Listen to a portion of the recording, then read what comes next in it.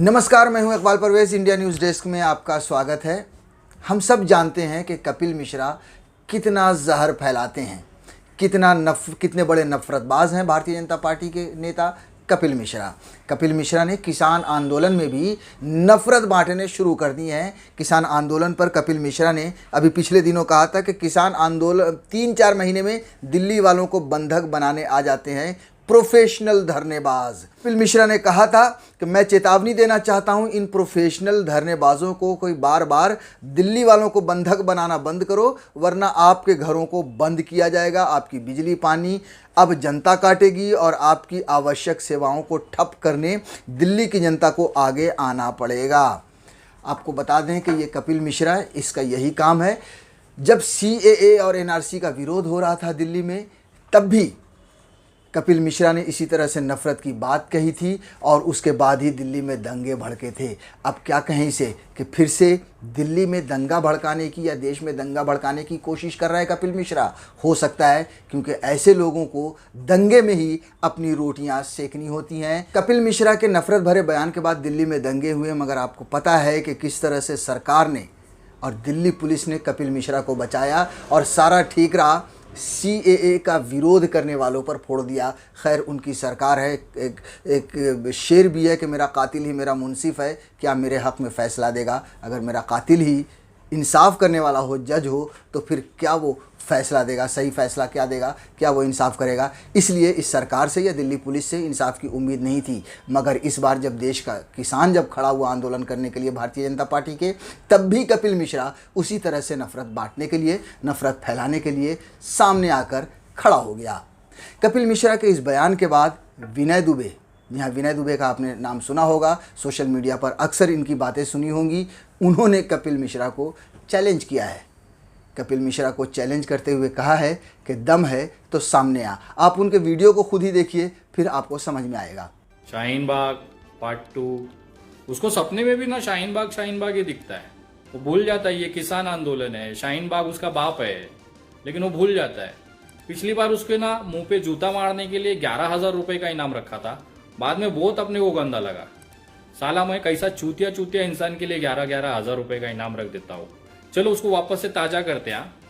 दिल्ली का जो सबसे बड़ा भड़वा है ना, जो केवल मुंह से हकता है, धरती का एकमात्र प्राणी है जो मुंह से हकता है, उसका नाम है कपिल मिश्रा। कपिल बेटा सुन, तेरे जैसे ना 36,060 आते और चले जाते हैं, अपना पिछवाड़ा रगड़ते रहेगा ना तो कुत्ते जैसा ही बनते रहेगा। क्योंकि तेरा बाप बैठा है ना जो, वो तुझे भौंकने के लिए ही रखा है काम पर। जब भी उसकी फटती है, कपिल मिश्रा को आगे कर देता है, जा बेटा हकते रहे, संडास फैलाते रहे। तो तेरे जैसे लोगों की औकात उतनी है। तो तेरे जैसे लोगों के लिए आज मेरे पास खास ऑफर है, विशेष योजना में लेकर आया हूं कि जो भी व्यक्ति मानुष इस कपिल मिश्रा जैसे भड़वे के मुंह पर मूत्रदान करेगा, उसको 125 रुपए का इनाम दिया जाएगा। मूत्रदान करने के वाले इंसान को 125 रुपए का इनाम, क्योंकि 125 रुपए से ज्यादा की नहीं है। सबसे बड़ी बात तो उस इंसान के मूत का अपमान हो जाएगा जो इसके चेहरे पे मूतेगा।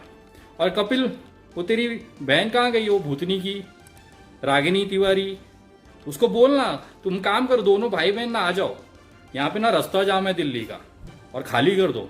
तुम लोग एक्सपर्ट है ना, तुमने तो कॉन्ट्रैक्ट लेके रखा है।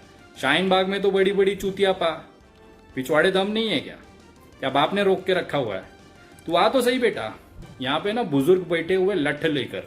रागिनी तिवारी बोलती ना मोटे मोटे लठ चलाओ, तो यहाँ पे क्या होना है, मोटे मोटे लठ घुसाओ। और इतना घुसाएगा ना कि पिछवाड़ा धोते टाइम भी तेरे को इतना तकलीफ होएगा ना कि पिछले कम से कम 5-7 साल तक तेरी जुबान नहीं खुलेगी।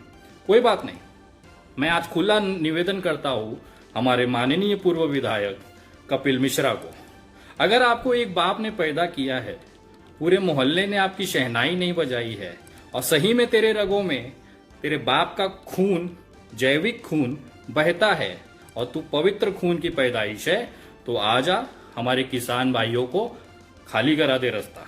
मैं मान जाऊंगा। तुझे 1 हफ्ते का समय, ऐसा भी नहीं 1-2 दिन में, तू हफ्ता ले, 10 दिन ले, खाली करा के दिखा।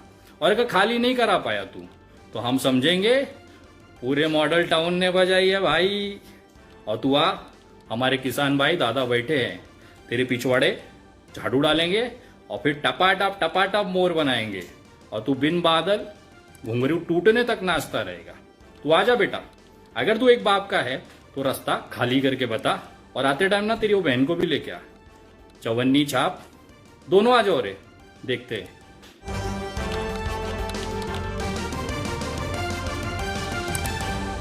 आपकी आवाज